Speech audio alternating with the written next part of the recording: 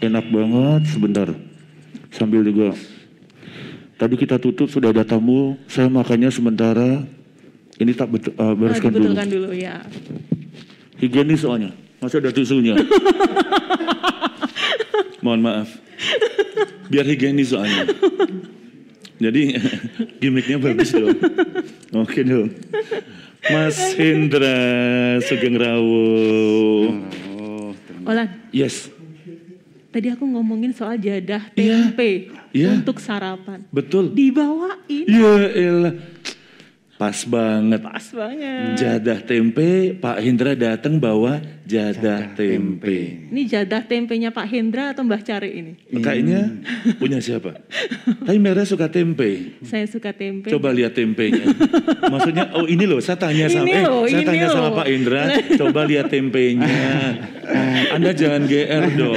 Saya hanya lihat Mas Hendra, coba lihat tempenya. Anda dari tadi loh. Pak Hendra. Bawakan khusus buat Mbak Merah sama Mas Olan ini. Aduh, terima kasih. Pak Hendra. Sudah pinara wonten mriki ada Pak Hendra. Bisa dibilang beliau termasuk pelaku untuk dunia kuliner. Pelaku kuliner. Yang termasuk luar biasa yang ada di DIY. Pada kesempatan pagi hari ini sudah pinara wonten Sang Aji TV di Kulon Nuwun Jogja. Olan dan Meira sangat berterima kasih dumateng Bapak Hendra, kita sebut saja. Pak Hendra, kalau boleh tahu berarti sudah sejak kapan panjenengan sangat-sangat mendetailkan untuk expert di dunia perkulineran? Saya kurang lebih untuk terjun di dunia kuliner itu semenjak 2008. Wow. Itu saya masih TK itu pasti. 2008. Saya sudah kuliah itu. Kok beda ya? 2008 sampai semua bidang ilmu tentang dunia food and beverage pun. Saya lebih banyak awal itu di FB service-nya dulu. Oke. Service, setelah itu dengan berproses, akhirnya saya bersentuhan langsung dengan masalah kulinernya langsung, dengan menu-menu makanannya, seperti itu. Termasuk bisa dibilang kita langsung saja, ini karena bagus banget poin pada pagi hari ini. Tadi kita dibilang sama produser, ini kan tentang sebuah fenomena istilah food heritage. Di segmen awal tadi sudah kita ngebahas bagaimana gudeg tuh ternyata punya filosofi tersendiri, gitu. Iya, betul. Ceritanya bagaimana Niki? Menurut Mas Hendra, termasuk ini favorit saya kalau sarapan. Mohon maaf ini tadi sementara saya break sambil menunggu cerita bagaimana tentang gudeg itu Pak Hendra. Sebenarnya kalau kita bicara tentang gudeg ini sendiri mempunyai filosofi yang dalam filosofi Jawa itu adalah sebuah kesempurnaan. Kesempurnaan. Kita malah baru ngeh. Saya baru ngeh loh ini. Sebuah kesempurnaan di mana dibutuhkan sebuah ketelitian, kesabaran, dan ketulusan. Wih, keren. Kesabaran, ketulusan, kesempurnaan. Kenapa pakai nyanyi? Ini keren. Ternyata gudeg ada lagunya loh. Ya. Ada lagunya ternyata ya. Ketelitian. Apa tadi Pak? Kesabaran, kesempurnaan, gudeg. Rizky Febian harus salim sama ini luar biasa. Jadi memang gudeg itu sendiri tidak mudah ya untuk dibuat karena memang butuh ketelitian, kesabaran itu tadi karena prosesnya cukup panjang dalam membuat menu gudeg ini sendiri, seperti itu. Berapa lama itu Pak? Kurang lebih kalau untuk membuat gudeg ini di saat kita mulai mempersiapkan hingga sampai nanti untuk siap disajikan itu kurang lebih hampir 2-3 jam seperti itu.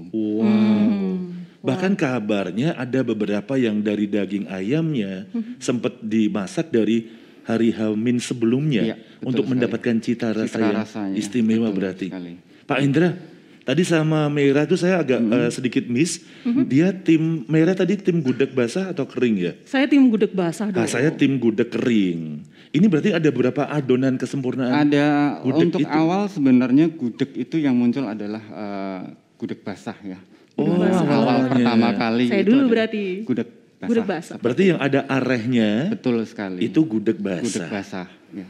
Oke. Dengan perubahan zaman yang pada akhirnya banyak ini digunakan sebagai oleh-oleh, akhirnya dibuatlah gudeg kering. Oh, itu inovasi Iya. ceritanya. Oke.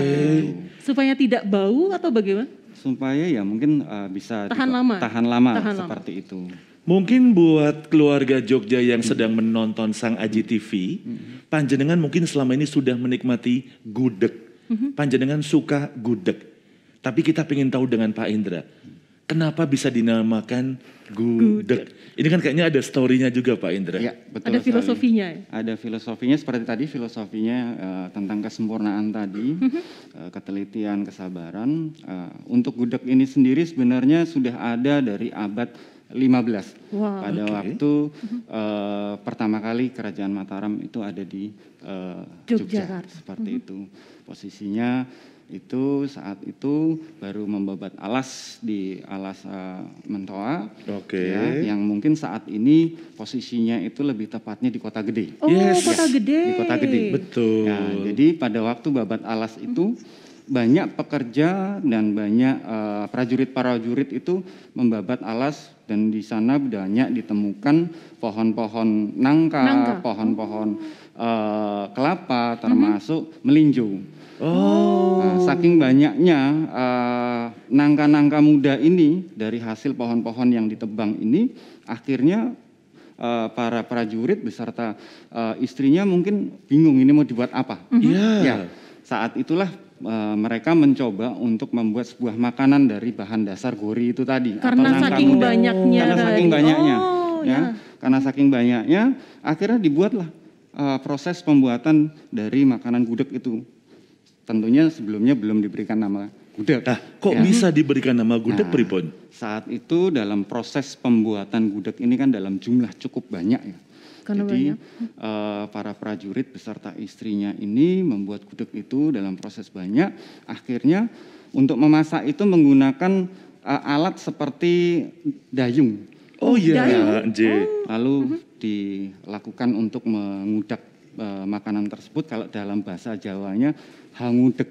Hangudeg. Betul sekali. Nah, di situ baru muncullah kata gudeg. Oh. Dari kata hangudeg. Betul sekali. Iya bener ya. Gudeg, hangudeg. Ya, dalam proses perjalanan waktunya yang cukup panjang ya. Jadi makanan ini mulai berkembang.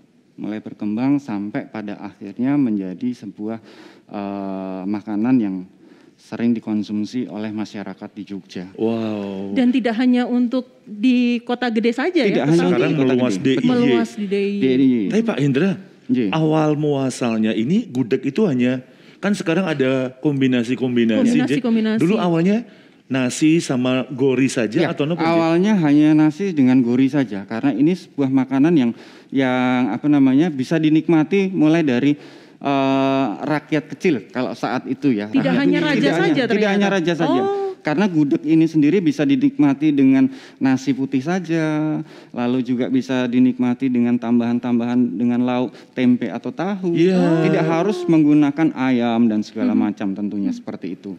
Nah, dari situlah gudeg ini awalnya mulai dari makanan rakyat biasa yang akhirnya dari keluarga raja pun juga menjadi suka dengan makanan ini. Oh, saya kayaknya agak bisa meraba ceritanya. Naik kasta mungkin juga dari kombinasinya juga beda-beda ya. Ada yang telur, Iya. suwir, Betul sekali. ayam. Oke. Dan Olan, ada satu cerita dari salah satu resto yang ada di kerajaan ya, di Kesultanan. Itu ternyata cara mengolah gudegnya berbeda. Itu bagaimana Pak? Memang untuk pengolahan gudeg itu berbeda-beda ya. Nje. Seperti yang saya pernah mengetahuinya, bahkan melihat langsung itu di salah satu resto di daerah Kota Jogja, itu di Balai Raos. Pengolahan dari gudeg ini pihak dari Balai Raos pun juga melihat berapa umur dari nangka ini. Oh, sudah dari siap. nangkanya. Ditulisin berarti ya? Itu Ditulisin. sudah tahu, sudah ada datanya. Oh, ini siap untuk diolah untuk menjadi gudeg. Oh, Jadi tidak hanya asal mengambil dari ada umurnya. Dari usia nangkanya pun ternyata karena ini. memang dari Balai Raos itu sendiri memang apa yang dimasak di Balai Raos itu ya itu yang digunakan makan oleh kerajaan saat keraton. itu, seperti itu. Dan sampai sekarang banyak modifikasi atau kombinasi topping-toppingnya istilah millennialsnya. Saya punya tantangan buat Meira, nanti tak kasih topping meses dari gudegnya, kayaknya keren. Ini enak banget. Atau juga nanti kita ada ekstrim kuliner. Kita lagi ngebahas gudeg, padahal kan ini ternyata ada yang tadi kering, ada yang basah, dan belum lagi saya masih punya banyak pertanyaan buat Pak Hendra sebenarnya. Tapi kita akan melihat beberapa hal yang luar biasa, terkait juga yang tadi di bawah, yaitu ada jadah tempe. Jadah tempe. Itu juga ternyata kan sangat DIY sekali, ya, betul sekali. Yang mungkin, maaf tanpa menyebutkan brand Mbah Care, sama aja ya. Orang taunya jadah tempe yang Mbah Care. Gitu. Ini filosofinya jadah tempe itu apa berarti Pak Hendra? Jadah tempe ini awal mulanya muncul itu di daerah Kaliurang. Oh ya, Kaliurang. Di mana muncul jadah tempe ini yang membuat pertama kali adalah Mbah Sasro Dinomo. Mbah Carek itu tadi. Nah, sebenarnya Mbah Sasro ini tahun 1927 itu sering sekali membuat makanan-makanan yang dipersembahkan kepada raja. Saat itu adalah Sri Sultan ke-9. Wow. Saat itu Sri Sultan mengatakan bisa tidak untuk membuatkan makanan selain nasi jagung tadi. Iya. Lalu Mbah Sasro ini tadi mencoba membuat sebuah makanan yang beda dari yang lain, yaitu jadah tempe. Dibuatlah snack ini. Dibuatlah cemilan ini. Camilan ini akhirnya jadah tempe ini yang selalu menjadi makanan persembahan untuk raja. Asik. Nih, buat panjenengan pun boleh mencoba, kata Pak Hendra, jadah tempe itu enak kalau jadahnya langsung dipepetin, dimakan bareng sama tempenya. Tempenya. Ditambah untuk rasa pedas itu ada cabai rawit. Aduh. Seperti itu. Mau coba? Nanti habis ini yuk. Habis ini kita coba kenikmatannya jadah tempe. Yep. Pak Hendra sambil nanti kita akan tanya tentang wedang uwok juga ini. Tetap di Sang Aji TV di Kulon Progo Jogja. Monggo pinara wonten mriki.